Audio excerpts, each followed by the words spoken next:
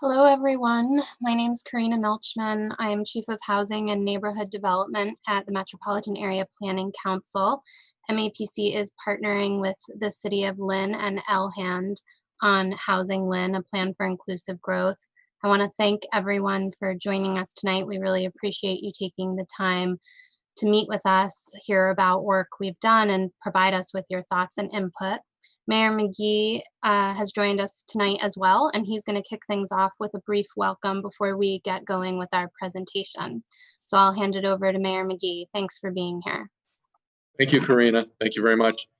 And welcome to everyone to tonight's meeting. It's an ongoing process on the housing production plan for Lynn, Housing Lynn. Great opportunity for the community to come together and voice their opinions and ideas on this process. It's been a very public process and will continue to be that way. I know that there's a couple of electeds on. I just want to recognize them and thank them for being on as well. Councilor at Large Brian Field, Councilor Fred Hogan, Ward 6, and Jared Nicholson on the school committee. If I missed, if there's other electeds on, please, we'll make sure that you get recognized. But I won't say too much more, except that this is a really important ongoing process that we've been worked on, and obviously with COVID-19 and it's really a different way to do public input and meetings. So we've really worked hard to ensure that people know they can be a part of this process. So being part of this process tonight on this Zoom call is one piece, but the website and I know the link is available for ongoing input, so that if you can't be or have not been a part of this, or people that have input or information or ideas they want to add to this discussion, make sure that they know that this isn't just about the Zoom meetings that we're having, but this is an ongoing process, and it's really important that everyone in the community have a chance to be a part of this process to help us together determine the housing opportunities and needs and what kind of a plan we are really willing to put together that works for all of us in the city. So thanks for being part of this process, and look forward to the presentation tonight and continuing as we work towards early next year and creating a plan that we all work on together. Thanks again. Thank you, Mayor McGee, for that warm introduction and for the support and work that you all have been doing with the leadership of the city and the staff. And my name is Josh Fiala. I'm a part of the team at MAPC. So we want to thank the mayor and city staff, as I just did, Elhand staff, and the committee we have on the project for the support for this Housing Lynn effort. I'm a principal planner at the Metropolitan Area Planning Council, MAPC, as we've been saying. I'm part of the project team here. So I'll be leading the presentation this evening, and I'm happy to be with you all.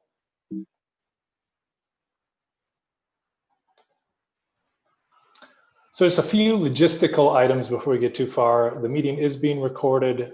It'll be posted on the website of Housing Lynn after tonight. We're conducting the meeting through Zoom. In Zoom's desktop application, we do have the option for Spanish interpretation this evening, provided by Claudio. You can reach that on the menu bar if you click on interpretation. You can also reach it on your smartphone app if you've connected through a phone by tapping the three dots and then clicking on interpretation. If you're calling into Zoom, we will have a question and answer period later, and you can use the function of +9 in your phone to connect to raising your hand, that function that's available in Zoom. Otherwise, we'll be taking questions through chat if you're connected through your desktop when we get there. So those are just a few logistical items. We have staff that can talk you through if you have issues on chat and work those out with you. So tonight for our Housing Lynn Forum, we're focused on development opportunities. So after the brief welcome and introduction, we'll be presenting a background and context for our presentation, then really focusing on development opportunities information through a constraints analysis, and then getting into site types and housing types that flow out of that analysis and inviting your feedback on it. We'll leave a good amount of time for questions and answers, and then also talk about next steps at the conclusion of this meeting.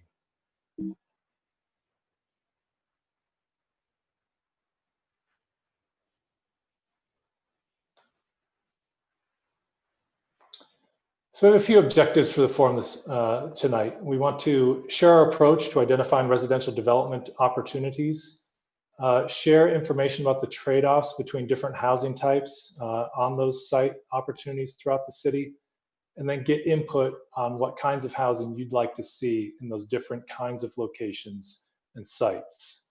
And we'll walk you through that with the materials we have this evening. But a brief recap on the Housing Lynn effort. So the city and LHAND invited MAPC to partner with them to create Housing Lynn, an action plan for the city related to housing affordability that could work with their market rate residential development objectives. For this process to achieve that, we've been particularly committed to engaging residents who have unmet housing needs and would benefit from an affordable housing unit. Ultimately, Housing Lynn will be used to guide the type, amount, and location of new housing, particularly mixed income and affordable housing in the city.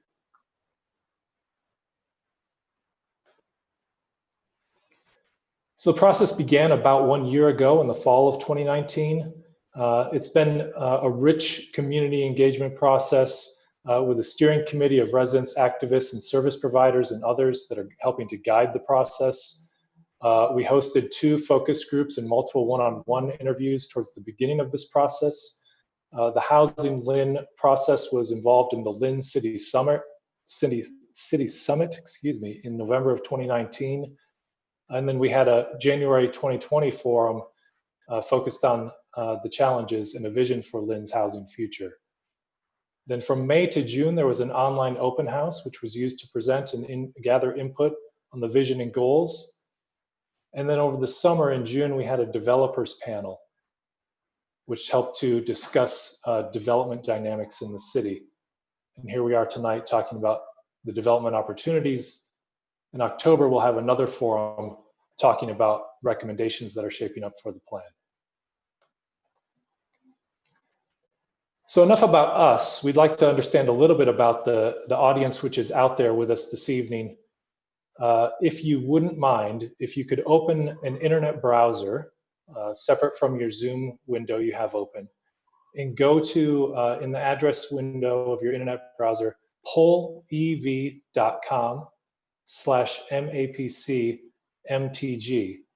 And that will allow you to access some interactive poll questions which we have throughout the presentation. So all you have to do is log in once, so just get that through your internet browser once, and then you can interact with all the questions that will be starting on the next slide. So just keep that window open as you get that connected. So we've got 64 participants on the Zoom meeting presently, and we'd love to hear a little bit more about you all out there. So the first question, if you can connect through that pollev.com/MAPCMTG, is what neighborhood do you live in? So you can enter through your browser. If you live in downtown Lynn, the Highlands, East Lynn, West Lynn, Diamond District, Ward 1, Pine Hill, Veterans Village, the Waterfront or Lynnway area, or another location in the city. We understand that these neighborhood descriptions aren't always perfect, but so if you could give us the one that you think is closest. So it looks like we have a lot of representation from East Lynn and Ward 1, and then a fair amount of people who identify other locations. All right. So we'll keep this going now with the next question. Just by the way, can I get a thumbs up if people could see the responses showing up all right on their screen? Thank you very much. Then we're also curious if you or your family rent or own your home. It helps us to just understand housing needs and the relationship you all have to housing needs in the city. So we have some, if you respond rent or own, or if you prefer not to answer, you can do that as well. So right now we have ownership leading the way, 64%.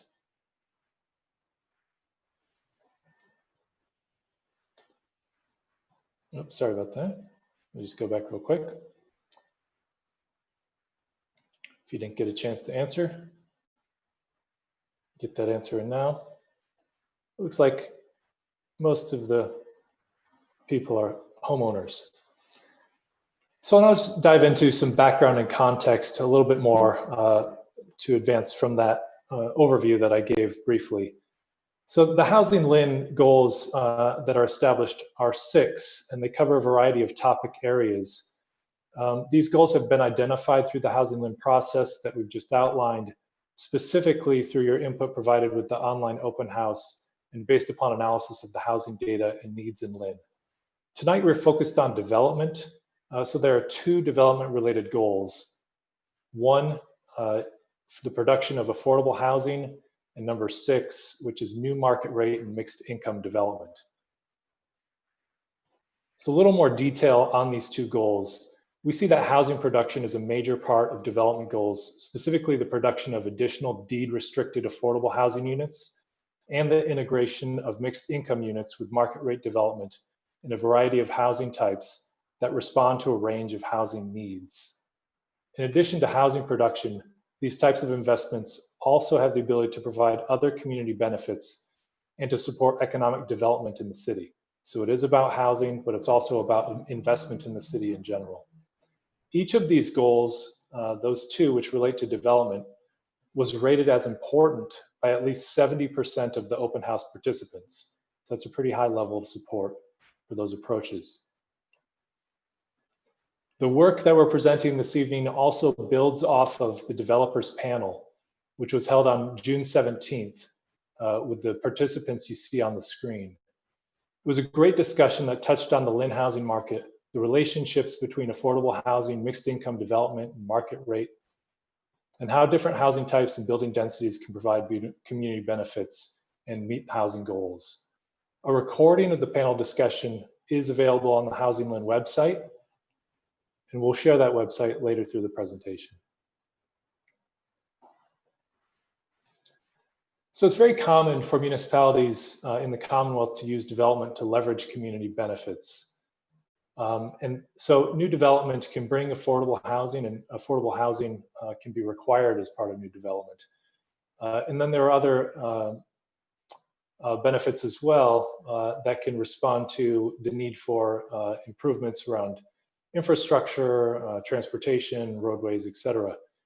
Typically, density and by right permitting can serve as incentives for developers to provide those community benefits, such as affordable housing. But since building in Lynn, there are certain policies which have made it difficult to require community benefits from developers. So it's more challenging to layer that on. Housing Lynn will consider how this new development can provide the community benefits that are needed, particularly affordable housing. We'll be making recommendations as to how to adjust some of those city policies.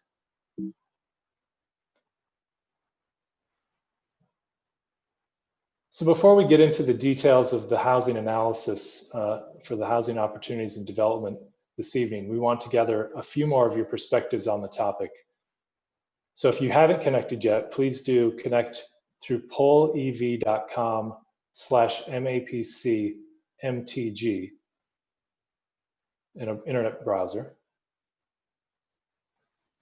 And we invite you to mark on the screen, where do you see development opportunity in the city? So you can click with your mouse on that image and show us just generally, it's not an exact parcel delineation on this map, but just generally where you see development opportunities in the city.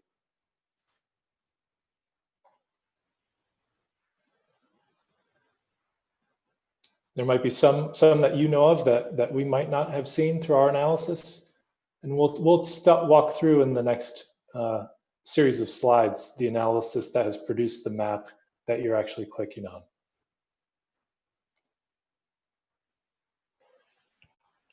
So thank you for that information. It's very helpful. A companion to that information, because it is hard sometimes to see only from a map, if you could just add in a few thoughts or notes about the type of location, or if you want to be very specific, a specific address about where you see the development opportunity or a general area of the city. we'd love to combine your responses on this slide with the map that was just produced on the previous slide. So we see the waterfront and Lynn Way, transit-oriented development in the downtown. And you can also up and down vote other people's responses as you're getting the feel for this interface. So lots of people support are upvoting waterfront in the downtown and Lynn Way.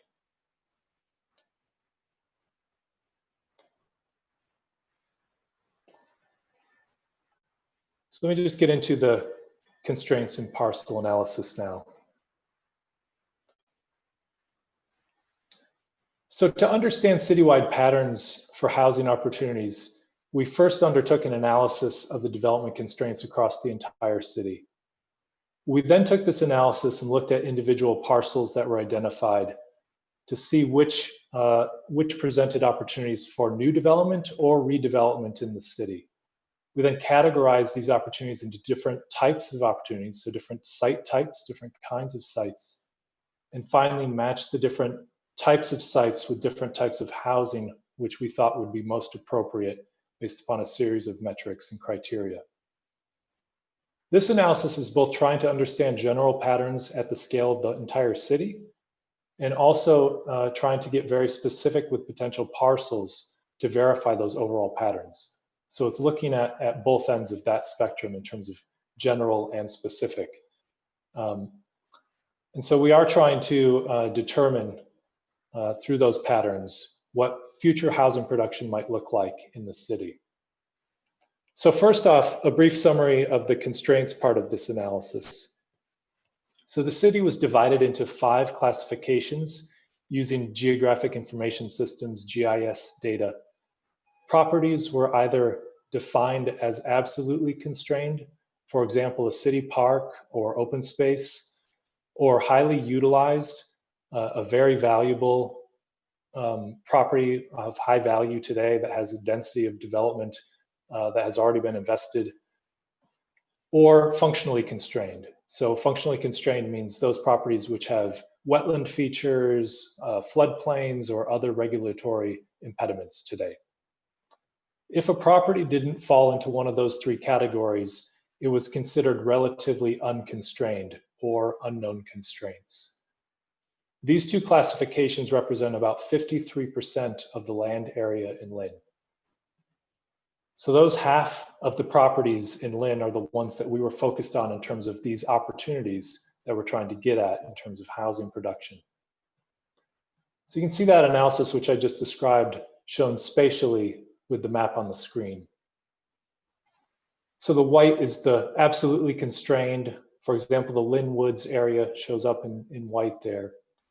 Dark green is highly utilized. So those are properties with substantial investment that has already occurred. Light green is functionally constrained. For example, properties along the waterfront are falling into floodplain or Chapter 91 considerations. It doesn't mean they cannot be built upon. There's just additional considerations to take under advisement as that development proceeds. And then the gray and red areas are those that we're focused on for the opportunities analysis. So the unknown constraints and the relatively unknown constraints. So we're trying to get from 19,000 plus parcels across the city down to a more manageable number and identifiable number that actually have realistic housing opportunities. So through that analysis, we zeroed in on, went from 19,000 to about 13,000. And then we focused on parcels that were larger. So we looked closely at all of the parcels that were larger than 1 acre. And that included 172 parcels. So of those 172 parcels, we looked parcel by parcel at the characteristics of those and came up with 50 parcels which made sense and looked like real development opportunities. Here are those 50 parcels highlighted on the map of the city of Lynn. We've highlighted some of the major roadway corridors in Lynn to help give you orientation to this map. So the variation in color relates to the parcel size. So the darker red being the largest parcel, 4+ acres, moving down to yellow, which is the smallest in the spectrum of color, a 1 to 2 acre parcel. These opportunities represent both development and redevelopment opportunities in the city. Both approaches are viable for housing production, and the opportunities are distributed throughout the city. They don't exist in just one place. One thing we did observe from this analysis is that 2 areas of development focus in the city, 2 areas that you all highlighted on the map earlier, downtown and waterfront, do not have many parcels that were identified through this process of analysis. On reflection, it makes sense for the two of the items that I've highlighted. So a lot of the waterfront does fall into that functionally constrained category, which we didn't look at. And then it also, many of the downtown parcels are in fact smaller than 1 acre in size. So those are also not looked at in detail. So to make up for that, what we did was also look back at the previous studies and plans that the city has produced over the last 10 or so years. And the areas of those studies have been shown on the map that you see. So areas, as you overlay those study areas, the areas that shown on this map that are darker are the areas that have been studied by a number of studies and are therefore, I think, seen by those past studies as some of the more important areas in the city. And those are the downtown again, and the waterfront show up as the darkest shades on this map of previous studies. So we reviewed some of those previous documents, and some did actually identify specific parcels for development opportunities in the waterfront in downtown. We also consulted with city staff for current opportunities that they knew of. 47 additional parcels were identified as opportunities through that exercise and added to the previous 50, for a total of 97 total potential development opportunity sites in Lynn. And this is what you saw as the underlay of the map that you were clicking on earlier. So these are our sites representative, we think, of pretty well-vetted locations where housing development could occur. Most parcels are privately owned, though some are city-owned.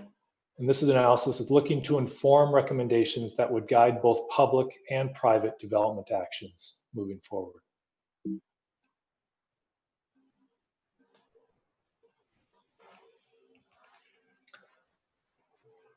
So let's move now into the results, sort of building upon that analysis, using those 97 parcels to really think about what the different site types are and how they match with housing types. This is the final part of the analysis that we're presenting this evening, so we should have a good amount of time to discuss and go through it together.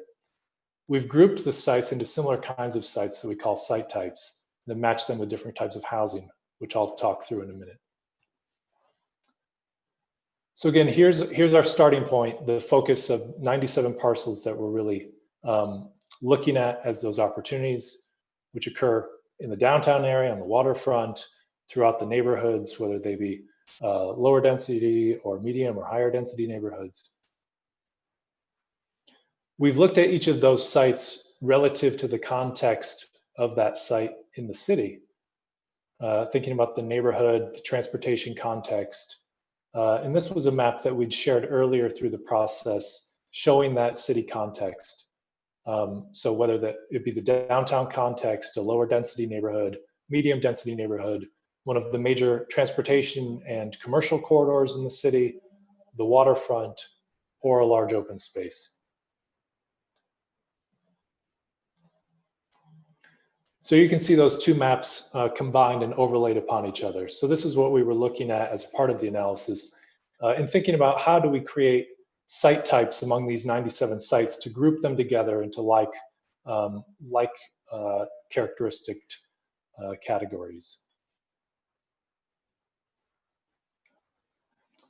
You can see an example of each of those 6 site types highlighted on the screen.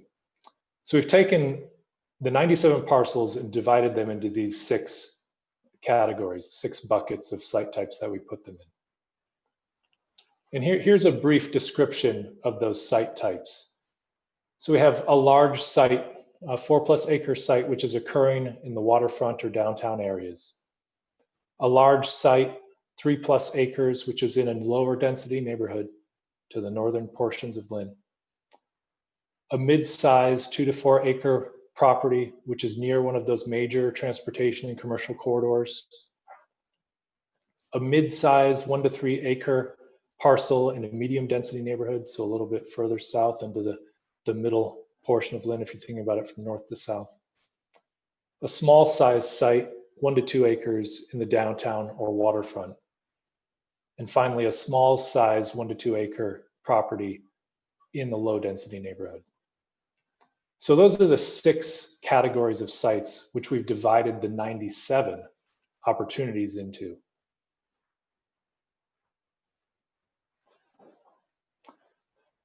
And so let's set that aside for a moment. So we've kind of gone through steps of our analysis to get to identification of opportunities and sort of classification of those opportunities so we can discern patterns from them. And now we want to think about housing typologies so that we can match housing types and site types to really get a more complete picture of development, future housing development in the city. So in terms of the housing goals, the matching of housing types to site types is an important process. So different housing types produce and provide different levels of housing density, of course, but they also provide different opportunities for types of housing programs and the number, type, and characteristics of affordable housing units that can be accommodated in those housing developments. They offer different characteristics in terms of what they can contribute to the surrounding area, what they look like, and how they respond to the context. So these are all considerations when we think about housing types and the different typologies and how they might fit and be suitable for different areas of the city.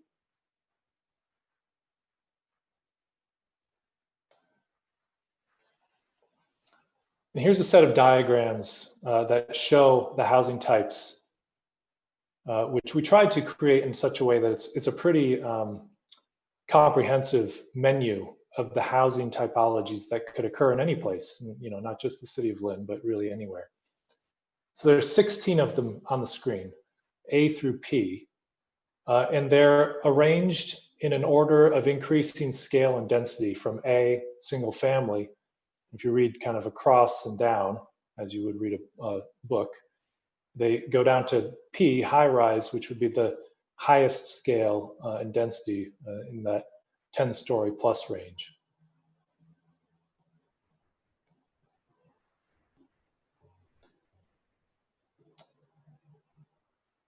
So I'm going to spend a little time on this slide and then talk through a brief description of each of these housing types.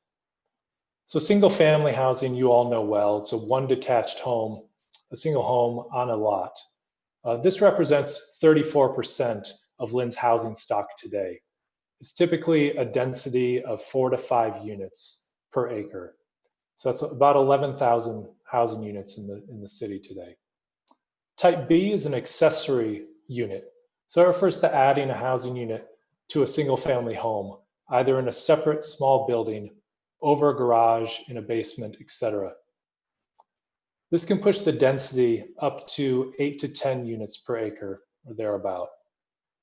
Type C is a 2-family, so 2 housing units on the same attached lot, or on the same lot, attached usually. This represents 4%, or 1,300 or so units in Lynn's housing stock today. Typically, that 2-family or duplex will have a density overall as a development of 8 to 19 units per acre. Type D is a 3-family. So 3-family housing units are a triplex. Sometimes they're stacked, one per level, in a triple decker. Other times they have other formats. Maybe they're attached horizontally. This triplex, structures with 2 to 4 units, represent 34% of Lynn's housing stock today. And they typically have a density of 8 to 25 units per acre. A multi-unit housing, typically 4+ units in a larger existing home that has been converted typically from a single family home or a new multi-unit house that is designed to look as if it were a large single-family home. And that's typically in the range of 4 or more units. And that's 15 to 29 units per acre. Type F is a cluster or cottage housing development. So these are typically smaller single-family homes that are clustered around a common green on smaller lots or a lot with common ownership. And they have a density of 10 to 25 units per acre. Type G is a townhouse. So typically they're stacked vertically next to each other, stacked horizontally next to each other or vertically as a series of flats. And they share common areas and exterior building envelope together and have a density of 10 to 20 units per acre. Type H is a small multifamily. So that would be a building with interior common circulation between the units in the range of 5 to 9 units. That's what makes it on the smaller side. This represents 5% of Lynn's housing stock today and typically has a density of 15 to 35 units per acre.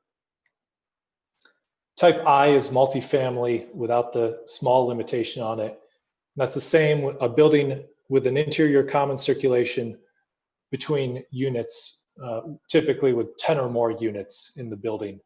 That represents another 5% of Lynn's housing stock today, and the density can go anywhere from 15 to 35 units per acre. A courtyard type J is a multifamily building with an interior common circulation between units, and it encloses or semi-encloses an open space in the middle of the building with a density of 20 to 50 units per acre. Type K is the conversion of an existing structure. So this is a general typology referring to the adaptive reuse of an existing building for housing. This can include a wide range of existing structures and types. Density can also range pretty widely depending on the type that's being reused, anywhere between 15 and 50 units per acre for the density on that. Type L is a mixed use structure. So these are residential uses over other uses on the ground floor or residential uses on the same property with other commercial uses mixed horizontally. Density can range anywhere from 15 to 45 units per acre. Type M is a multifamily over parking. This is an approach to achieve more density with efficient parking under the building footprint. It costs more to build, but it can provide efficiencies and push the density up to 20 to 50 units per acre. Type N is a multifamily with a parking structure. It's another approach to achieve more density with efficient parking with the parking structure adjacent to the building. That comes with some trade-offs, of course, because there's a parking structure next to the building. And density can range from 20 to 50 units per acre. And then the last two types, type O, mid-rise, is a multifamily structure that is effectively maximizing stick-built wood frame construction, and that's reaching up to 6 or 7 stories.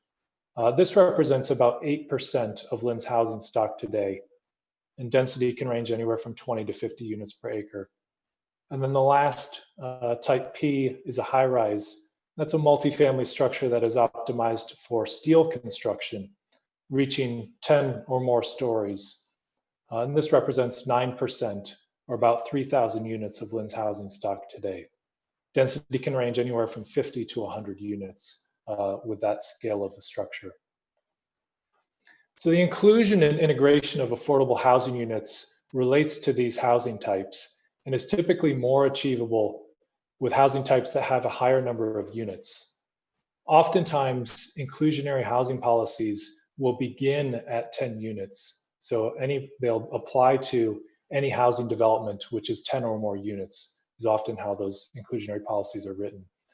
So you could see this, if you look at the range of densities and types on the screen, that might start to be in the range of a cottage or cluster type F, and then onward down through type P. So let's see how this housing typologies now relate to the site typologies.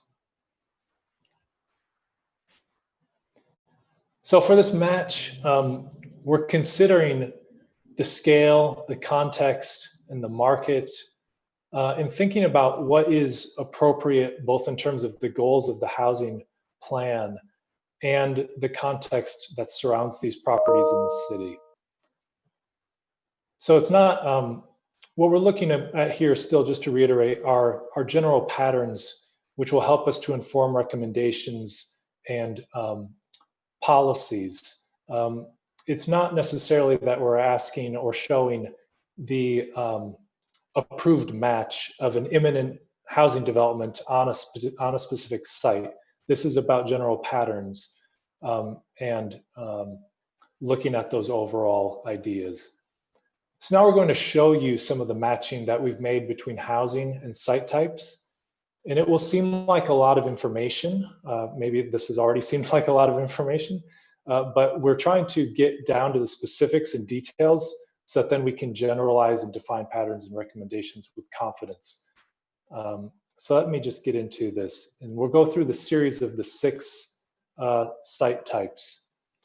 So as a reminder, the first site type was the large size 4+ acre in a waterfront or downtown area. You can see them highlighted on the map on the screen. So they're down mostly in the waterfront and downtown area, larger parcels highlighted in red.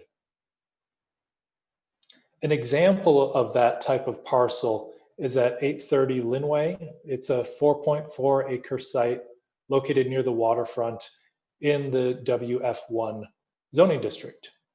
So there are at least 10 similar sites that we've identified as opportunities. That's about 10% of all the opportunities that we've identified in the city. And cumulatively, they represent an opportunity area of 117 acres. So that's a decent opportunity across the city. So with this opportunity, taking into account the considerations for suitability that we've identified on the previous slide, we think this is an opportunity for the larger end of the scale of development. So thinking about potentially a mixed use structure, any of the multifamily combinations that have efficient parking layouts either under a structure or adjacent to a structure, and then reaching into that mid-rise or even high-rise typology. Taking advantage of the locations, the access features, the amenities of the waterfront to really push on housing production in those locations, and therefore being able to also push on the affordability requirements in those same locations. And here you can just see those sites identified with those housing types pulled out.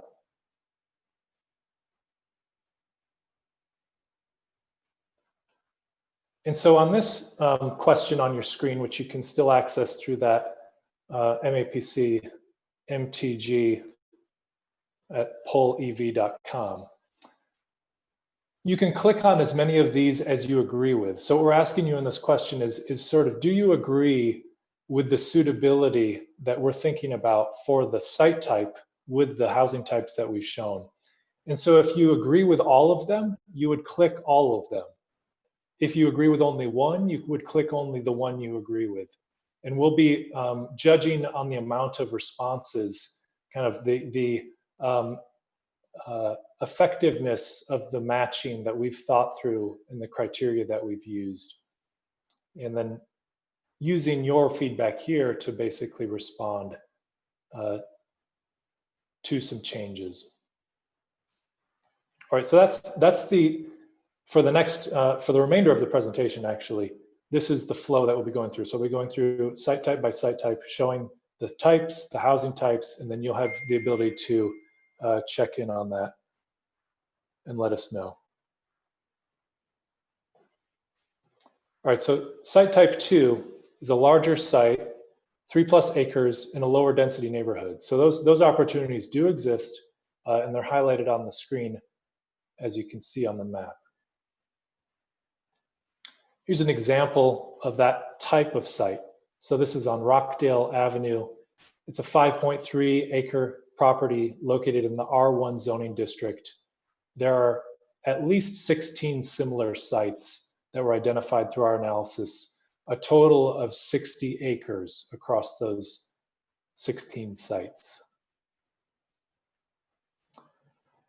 So because of the context, we thought a little differently about the matching housing types for these opportunity sites, but that we still want to think about the opportunity as producing something of a somewhat higher density than the surrounding context, so that you can get the benefit for the housing production through this process and the goals of it.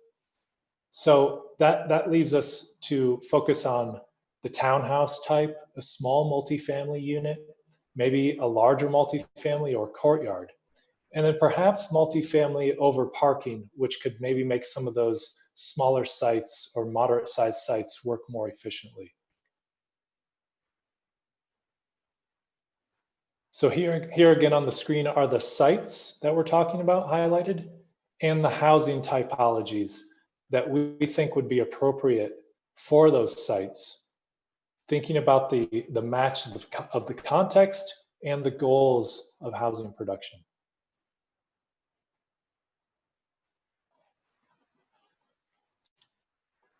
So please let us know if you agree. Again, if you agree, click on all the ones you agree with. If you only agree with one, select the one you would agree with. If you feel like you don't want to answer it, you can let us know that as well.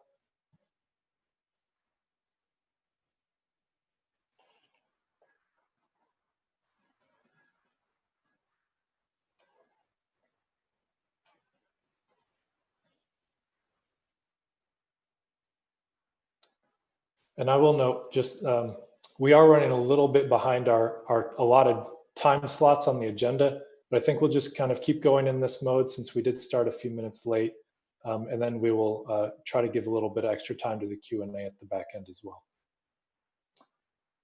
All right, so thank you for that feedback. And we get the, some interesting, get to see the exact number of people who responded in which way on the back end of the poll everywhere. So all the feedback that you're giving us is immensely useful. So we appreciate you taking part in those polls. So the third site type is a mid-size 2 to 4 acre property near a major corridor in the city. So this is, they're kind of spread throughout. So there's a few on Linfield Street up in the northern part of the city. There's a few on Western Avenue. They're around, but they're on the major commercial corridors. One example of that is the Old Marshall School at 19 Porter Street. This is a city-owned property, zoned R1. It's been through a disposition process previously. There are 7 similar sites identified from our analysis for a total of 23 acres across the city.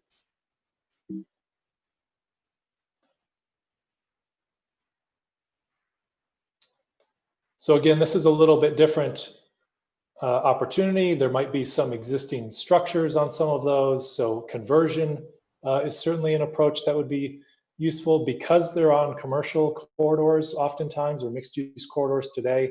We thought mixed use is a reasonable opportunity to add in to strengthen some of those corridors and add economic development there, and or multifamily over parking in a mid-rise, but not some of the others which showed up for other site types.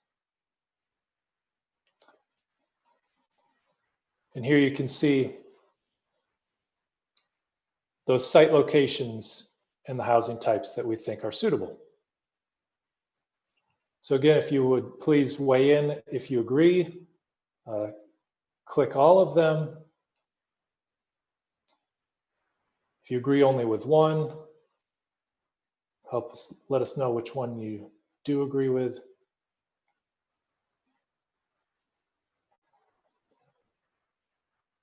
And this is housing typologies in general. This isn't getting specific enough to determine what the actual development makeup of this type of project is. So whether it would be a rental project or whether it would be an ownership project. But this is just a general match between the scale and type of housing and the location of the housing in the city. It also helps us to, those two things combined, help us to understand the potential yield of housing, the production of housing overall, which we can use through this analysis, define through this analysis. So the fourth is a mid-sized property, 1 to 3 acres in a medium density neighborhood. So you can see those highlighted on the screen. They're in that central portion of Lynn. These are, an example is 509 Eastern Avenue. It's a 1.7 acre property in the BD zoning district.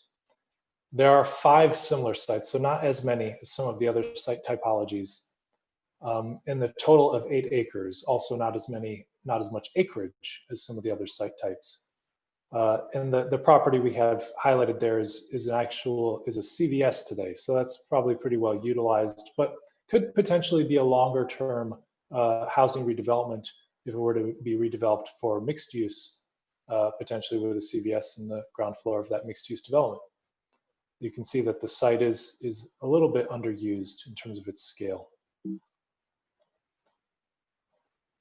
So for that type of opportunity in a medium density neighborhood, we see it along the middle to upper scale of that density in relationship to housing typologies. So from townhouse, a small multifamily, a larger multifamily, conversion, which might show up in that example I just showed, mixed use, some of these are neighborhoods serving centers, multifamily over parking, all the way up to mid-rise. And here are the two matched together. And again, let us know. We're halfway there. We're rounding the corner. So there's a few more here. So click away if you agree with all of them, if you agree with a subset of those which we have defined initially as suitable. And this will help us again to refine this matching between the two.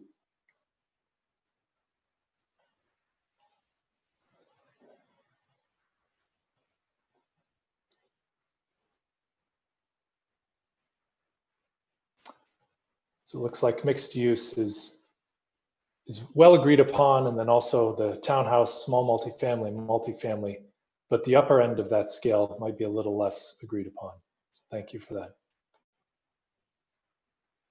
Then the final two, which are both small sites. The first is a small size, 1 to 2 acre property in downtown or the waterfront. You can see them highlighted on the screen in yellows and oranges, all towards the very bottom portion of the map along the waterfront or downtown, of course. So this is an example site on School Street in downtown. It is a 2 acre property located in the CBD zoning district. This one is actually also a city-owned property, one of the off-street parking lots there.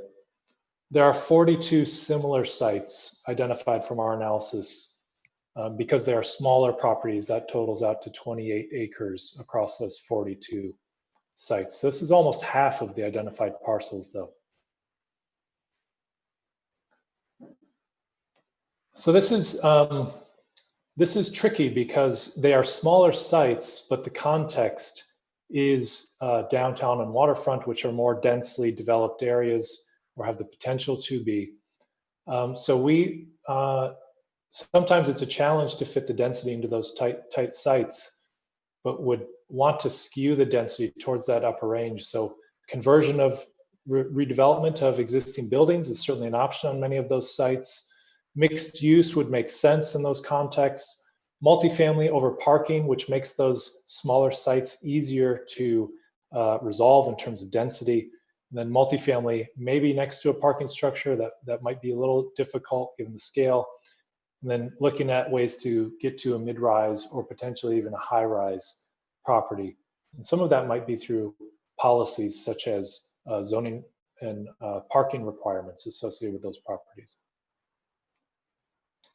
So you can see the matching of those two, the sites on the map, the diagrams of the housing types.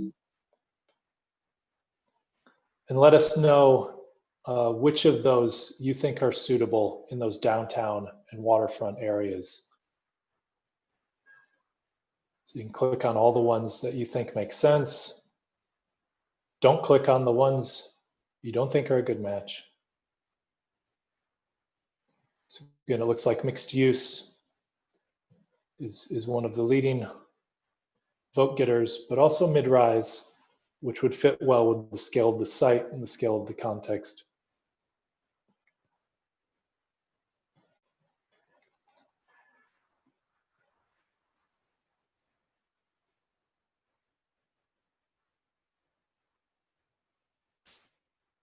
Great.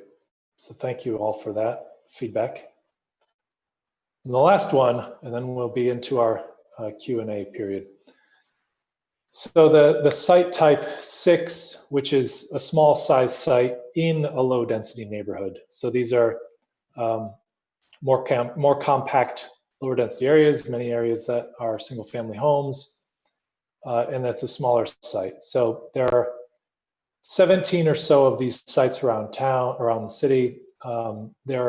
This is an example highlighted in the aerial photograph at 30 Birch Brook Road. It's a 1.9 acre site in the R2 zoning district. Across those 17 sites, it's about 27 acres of opportunity. But you can see, just as you see in the aerial here, those are typically sites which are tucked in within and around single family or lower density residential that exists today. So accordingly, we think the suitable match here is to pull the scale down in terms of the density, but not so far down the scale to get into that upper row of A, B, C, or D, but to keep the density up high enough so that the inclusion of affordable units and the integration of some mixed income into those properties is potentially viable. So that would include multi-unit houses, potentially a cluster or cottage development approach, townhouses, or small multifamily structure. You can see those 4 types with the site types arranged on the map. And the last poll for the evening. So again, if you agree with the suitability of the housing type to this site type in a lower density neighborhood of a smaller site size, please click on all the ones you do agree with. Don't click if you disagree.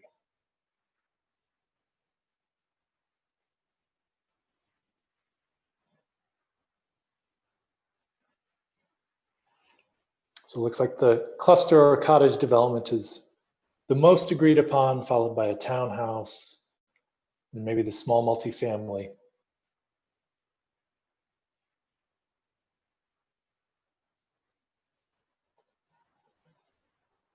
Excellent. Thank you all for that. So next steps for the analysis is not completely resolved yet. We'll of course be looking through the feedback that we're gathering from this meeting and feedback you give us in the question and answer period. But then the next step for this really is to compare the results of this analysis to the current zoning and to define potentially zoning recommendations where that it makes sense. If zoning appears in that review as an impediment to housing production in the ways that we all would like to see as suitable between these matching of housing and site types, then we'll identify that and make some recommendations around that. This type of analysis can also be used as a guide in city processes for the use of land or the disposition of land, and what the goals are for those properties and what would want to be achieved from a housing production standpoint. And then it can also be used to engage and inform partnerships in the development community. So reaching out to private developers who might have control of a private property and desires for how they're going to develop a property. But then they could be informed of these housing production relationships and goals, and then see if that could fit with their approach. And then we're also looking at ways to connect these development related goals to the other 4 housing goals that are being articulated through this process.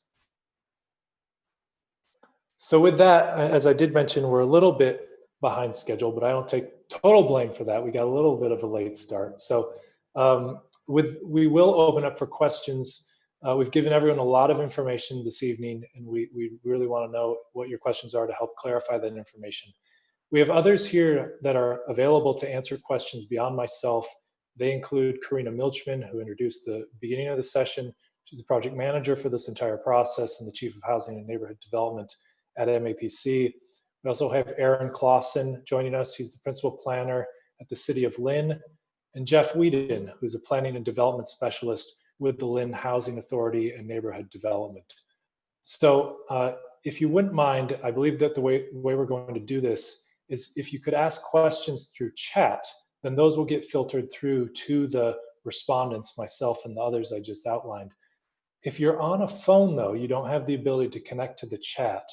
So if you could please enter, if you're using a phone, you can dial +9, and that will be the same as using the raise your hand function in the Zoom. And then we can get you in to ask a question that way as well. Just really quickly, it's actually *9. Oh, sorry about that. That's okay.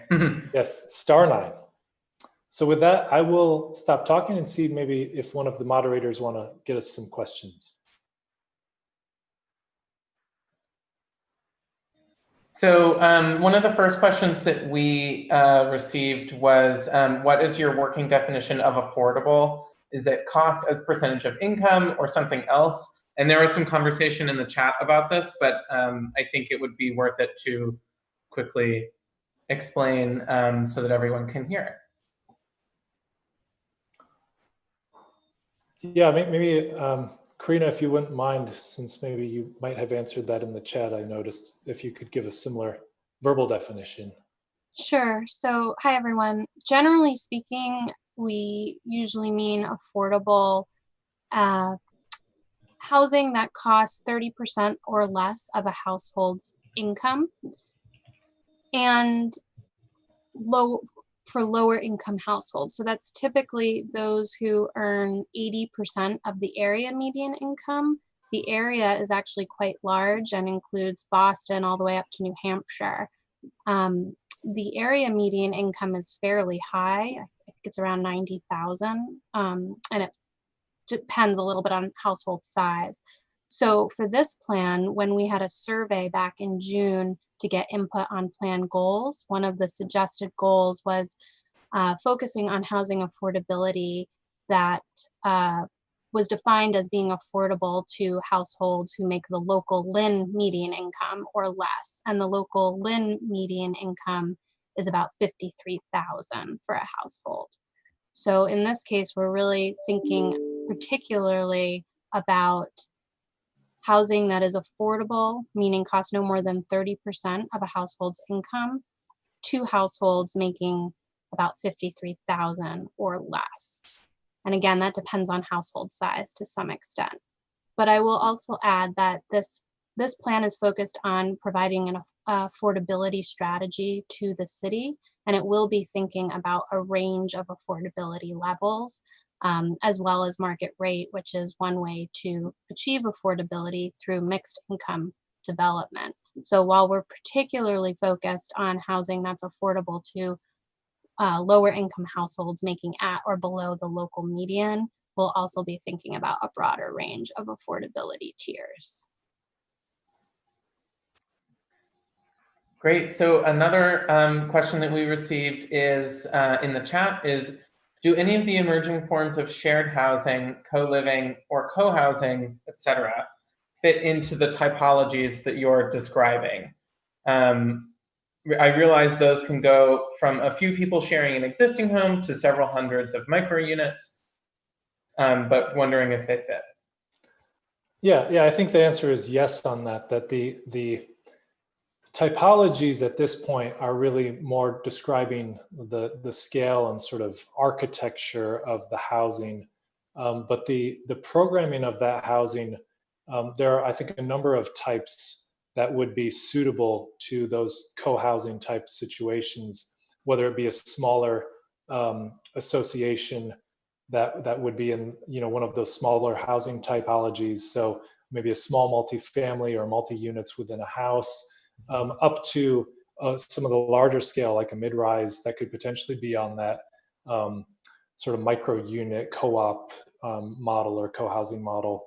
So yes, that's the typologies are kind of silent on that at this point, but I think we will, some of the other recommendations that are coming forward through this process may comment more directly on co-housing or other types of housing programs. Great, thank you. One additional question that we received earlier during the presentation is, are the building codes changing to allow wood structures up to 18 stories? Up to 18 stories? The only thing that comment sparks in my mind is that there is a movement for timber structures, which would be of a higher scale. I don't know how far along that conversation of timber, heavy timber structures relative to our building code in Massachusetts, what state that is at. But typically for wood framed, which is not heavy timber, that's the stick built, you get to a maximum of about 7 stories if you build it on top of a concrete podium. And that's what's allowed under building code today. Beyond that, it's a jump in construction type to concrete or steel. And that jump in construction type involves a jump in construction cost as well. So that's why you'll see oftentimes a little bit of a gap. There's not that many 8 or 9 story buildings. Once you have to jump to steel, it makes a lot more sense to get into the 10+ story range, just because the economics of steel. So that's a little bit of background on that. I think I forgot to mention in my introduction, I'm an architect as well, so I know a little bit about this side of the technical side of the field. But that, as far as I know, wood framed up to 18 stories, unless it's mass heavy timber, is a little bit beyond what's available. Great, thank you, Josh. So one more question that we received is, are schools going to be competing for land with affordable housing? No, I wouldn't think so. In the parcel analysis, when we did that parcel analysis, there are city-owned properties, of which are, of course, are classified as school properties. And those school properties are not included in the opportunity sites which we've highlighted, with the exception of the old Marshall School, because that's a property that has actively been considered for disposition. There are other properties that the city controls, which would lead me to believe that the city has opportunities both enough for housing production and school needs both. I don't think that it's a matter of one or the other. Great. I'll just add real briefly, Christian, that I think, realistically speaking, there are a variety of land use demands in any community, and it is a challenge to meet them all, though I agree with Josh's assessment in terms of land availability in Lynn. I think, somebody also mentioned in the chat that there should be consideration for another senior center as well. And I think, we can keep in mind that Lynn has capacity issues in their school system and probably needs another school or possibly 2 schools. And there are folks who are expert in that, the way I focus on housing, and I'm not one of them, but 1 or 2 schools takes far fewer parcels than the amount of housing we need to actually address the shortage, address overcrowding, address the lack of affordability.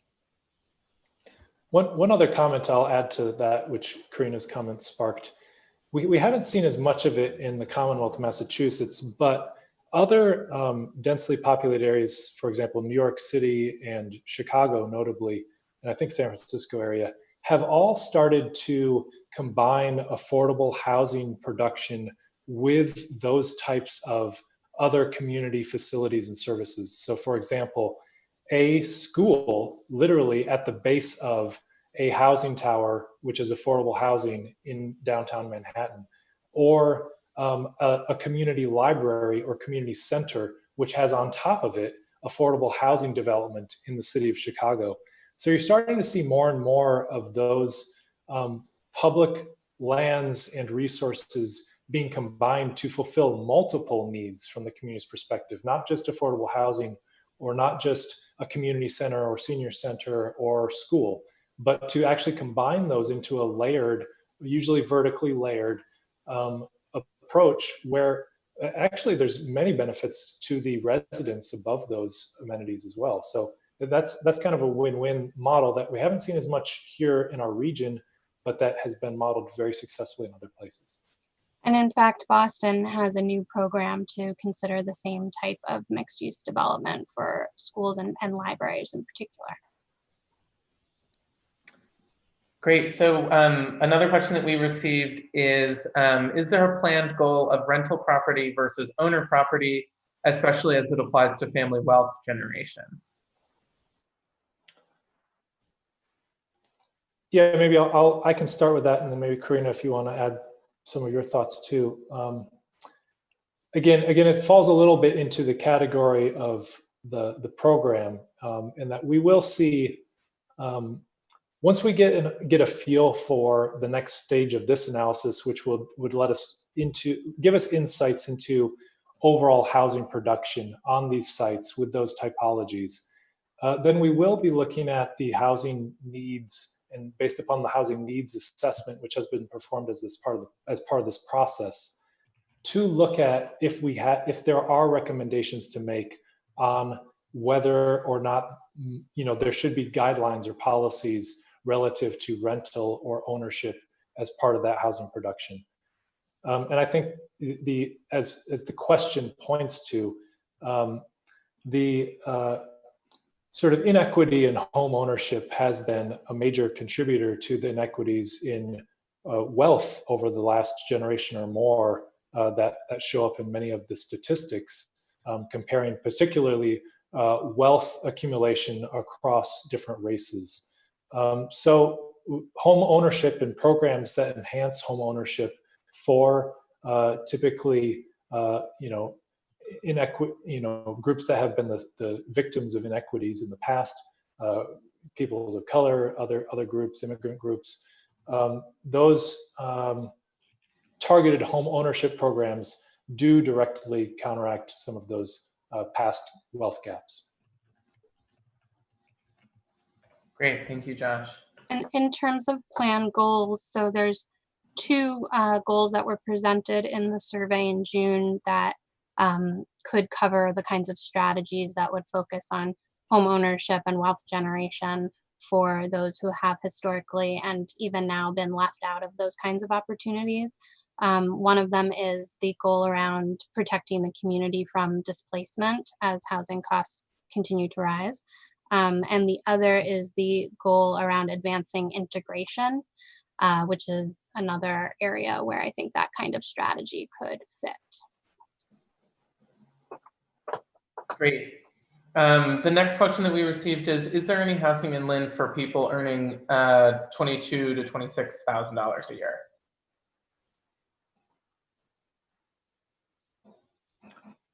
Yeah, I guess I'll start off the answer to that question by saying, I think that certain income levels would relate to what Karina touched on in one of her previous answers, the market rate relationship to affordability, but then there's also deed restricted affordable housing units. And the sort of deeper you go in terms of the need for the affordable, in terms of the salary benchmarks or the income benchmarks, the median income benchmarks, the more the need is to match those households with deed restricted housing. So that housing is set to income restrictions. It is produced through housing programs, either with a private developer or through city, state, or federal efforts. And those deed restrictions will be the easiest way to get that match to occur between that income level and the affordability that's needed. So the one thing I will say about the deed restricted units in the city of Lynn, though, is that our housing needs assessment showed that for every 4 households that are actually in need of that type of deed restricted affordability, there's only 1 unit available today. So that there is an unmet need there, which would point to the need for production of additional deed restricted units. Great, thanks, Josh. So the next question that we received had some context before it, but the question was, how can a plan like this ensure that public land goes to the kinds of public benefits like teen centers or more activities for families, making sure that land gets developed into housing for people who need it most? How can a plan like this ensure that public land goes to that kind of public benefit, and what policies are standing in the way? Yeah, I think the first part of it is the process that we're sharing with you this evening is to analyze sort of the availability of sites and opportunities to do some thinking about what is appropriate where, and then to compare that to the goals of the housing plan and the production needs. And then so that's sort of goal making and direction setting is what we're undertaking now. And then that will point to, through the remainder of our process in the Housing Lynn effort, very specific recommendations for policies or changes to existing policies that may need to occur to help those goals be achieved. And that might not necessarily in every case require, like, identify that there is a current impediment, but it might result in some very specific guidance for example, the disposition of properties that would be similar to one of those site typologies that I just identified. So if we say, site type 1, which was a larger property in the downtown or waterfront, and there's certain housing typologies that we all agree should go there, certain goals that should be met, and the city has a property that falls into that category, then when the city disposes of that property, this plan and the goals of this plan would provide specific guidance to frame that disposition process, which could then result in the request for the kinds of benefits that want to be associated with that. And there is a relationship between community benefits of the kind that were articulated in the question that Christian just framed and the scale and density of development. So you have to be able to make the financial feasibility of some of those work, of some of those redevelopment opportunities work. So if the city is disposing of a property and wants a community center as a part of the development program, as an example, the development pro forma in terms of the number of units which might want to be market rate versus affordable will all have to be worked out to be able to support that community benefit. And then also still be in compliance with the affordable housing goals of the project, of course. So it's a little bit of a balancing act, and we'll try to provide guidance to frame that properly for the processes that will follow from this planning effort. But then oftentimes it will continue to be a little bit of a balancing act between a developer that's interested in a certain property and process and project, and then working it through with them, what can be supported that's consistent with the guidance that's been provided. Great, thank you, Josh. One question we received is, with an increase in housing and more families moving in, how does the city plan to address increased traffic and overcrowding in schools? Yeah, so I think that's another area in which this planning process can point to some additional requirements in development review processes, which may be of use. And oftentimes, those considerations are outlined in a general way in the requirements through a disposition process or through the zoning requirements for a project to apply for approval. But the specific impacts of a development proposal are often weighed when that development proposal comes forward, because that's the most effective way to weigh those specific impacts. So an example would be to require a traffic impact analysis with a development proposal, or to require a school or expand it from beyond school to think about the town or the city's fiscal impact. So a fiscal impact analysis, which looks at the amount of revenue generated by a development proposal relative to the amount of costs that are generated by that same development proposal. And those costs could be water, sewer, school-age children, public safety, any number of infrastructure related or public health and safety related costs which may be incurred.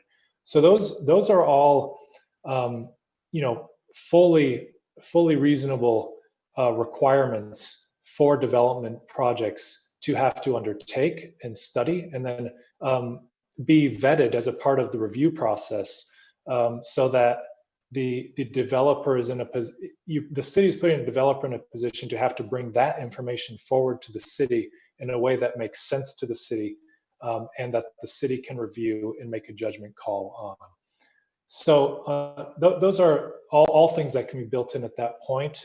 I think in general that they are all solvable issues, in that we should not let big issues like housing production and affordability, which in part need to be resolved through additional housing development, to be stalled by concerns about traffic or schools, because those are solvable problems, but they do require further analysis in terms of the responsibility for what impacts are being incurred.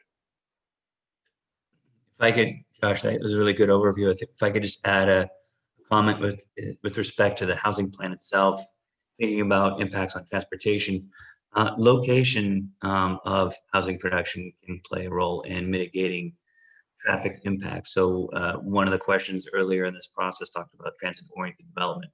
So providing housing that's near to and accessible to transit is a way to make sure that we're able to kind of meet that dual objective, which is to produce new housing, also produce housing that's going to have a less of an impact on our transportation.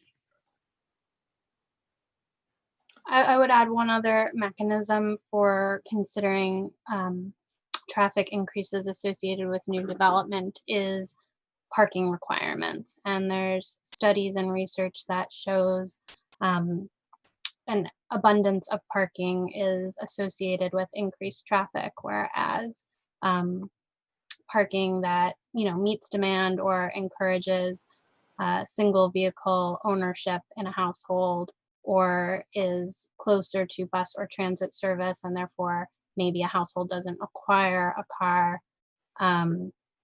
can help mitigating traffic. Great, thanks everybody. I think we have time for one or two more questions, but before I go into those, I just want to quickly note that after this presentation is finished, you will be able to watch both the English and Spanish versions of the presentation on the project website, which I am posting in the chat right now. In addition to that, there will be a survey version of tonight's poll questions that you can share with friends and family, and that will also be on the project website. So if you weren't able to get your answer in time for the poll, you'll be able to answer on that survey as well. So our next question is, even with fairly high density, won't subsidies be needed to achieve this level of affordability that we're talking about?